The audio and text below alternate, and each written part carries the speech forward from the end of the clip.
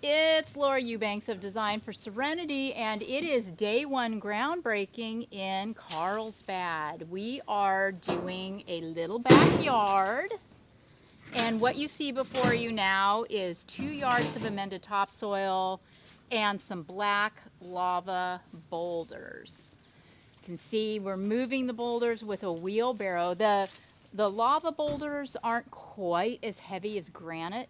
They're still heavy. Don't think they aren't, but not quite as. And just like in our project last week in La Mesa, this is giving tropical. It's giving Fiji. It's giving resort back here. So we wanted to continue with the volcanic rock.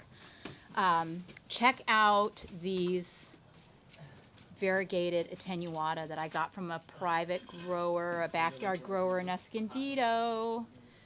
Those came in clutch because up here on this little slope, I would like to blow it out with the variegated attenuata.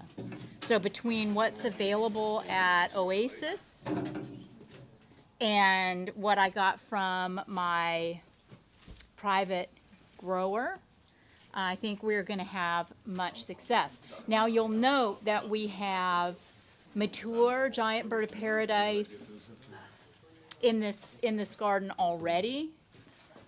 You can see the houses are quite close together, and we've got, windows. So these are to provide some sense of separation and privacy. So I decided to definitely keep the palms. We have a lot of interesting little cutouts in this garden. A lot of pots that obviously are going to need some love. Some of the pots will be disposed of that are cracked or broken or just, kind of irredeemable. But the rest we're going to restage and plant out. See this. This is a gigantic queen palm. That goes on for days. Oh my gosh, I'm getting dizzy. It's probably 35 feet tall.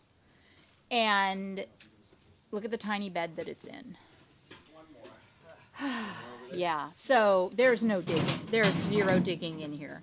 This is where bringing in topsoil is mandatory. Look at the guys heaving those gigantic boulders up onto that slope. Team DFS, rock stars, every one of them. So this entire bed is just thatch. It's going to be like concrete. So we also have to be mindful of our edge here. Our client has spent his life trying to keep a little edge because as the palms mature, the thatch grows higher and higher. See there against the wall? So, pretty soon what you've got is a situation where the roots are above grade.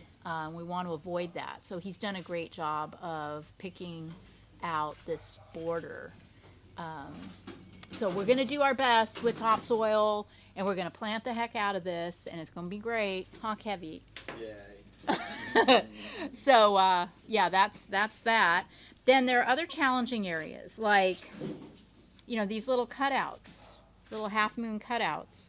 Right now, she's got some giant river rock, and a pot here and there, and I think it's going to look a lot more professional and finished to plant it, right? So we'll take out these big river rock that are totally giving Japanese garden.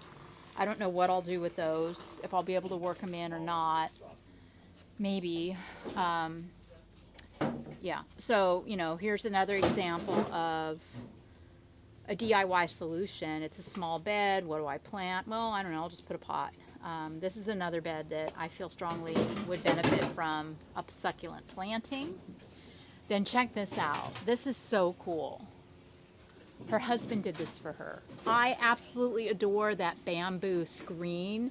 You can get that at box stores on the cheap, and I love it. I think it is a tremendous solution for privacy and, just to give you a little texture against a wall. She's done a beautiful vertical that we will fluff up. Then her husband hung some pots for her that will be floofed. She would like a lemon and a lime tree in the planters there. Then we have all these interesting little cutouts, like this little palm tree is so sad, but it's giving me, it's total Gilligan's Island, right? And I don't know, I kind of like it. So I told her, let's not get rid of it. I'm going to feed it and we'll see if, we can't get it going, but it's too cute. There's a little bit of, nook and cranny situation going on in here. The fence line is narrow and the HOA requires that plants be 12 inches away from the fence in the event that the fence needs painted or maintained. So that's something we will be mindful of. We're obviously going to want a mound in here, and so we'll just work with rubble and rock kind of against the fence, not like right up against it, but just to keep the plant and the soil away from the fence line. This little bed here that has the giant palm in it, I'm not sure yet, but I think I'm gonna pull everything out of here and just do a really, really pretty rock and call it a day in this, because it's just it's so small, and I may change my mind, but right now that's where I'm leaning on this little bed. Here's one that will benefit from something with some height, like maybe some Petalanthus fractius would be good to kind of cover up, some of the hardware in here. And that, the big white wall. So that's a thought. Over here, we also have this Baccarnia recurvata in a pot, and I can hear you guys now. What about that there in this area?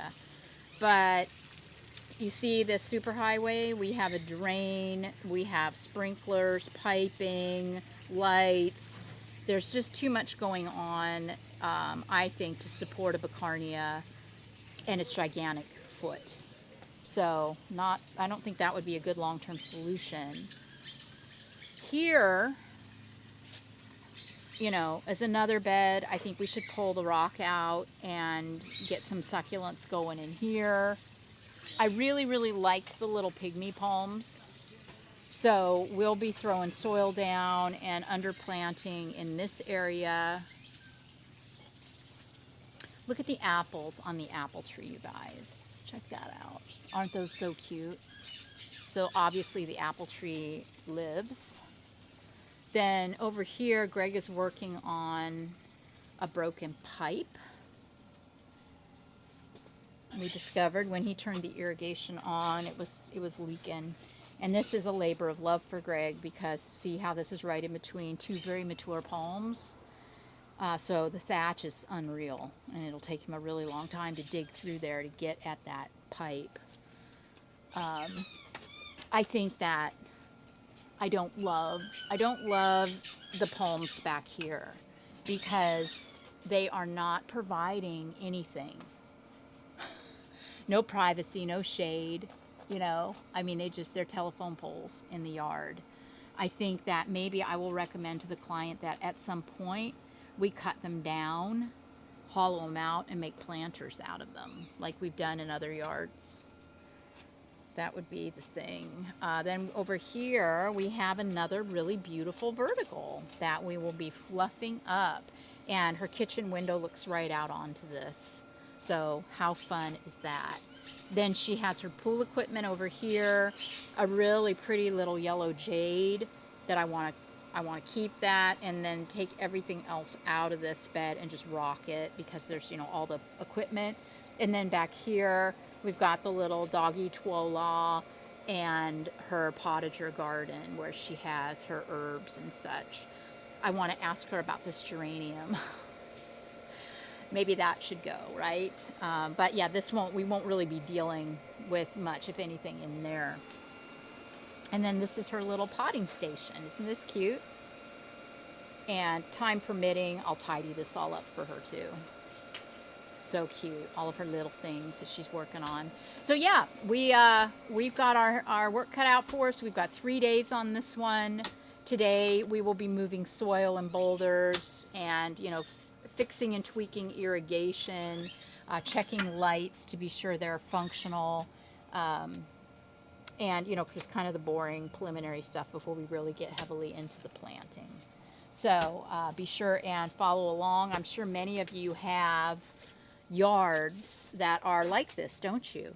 So hopefully I'll be able to give you some really good ideas for how to tackle your own issues. Love you guys. Catch you tomorrow. Bye.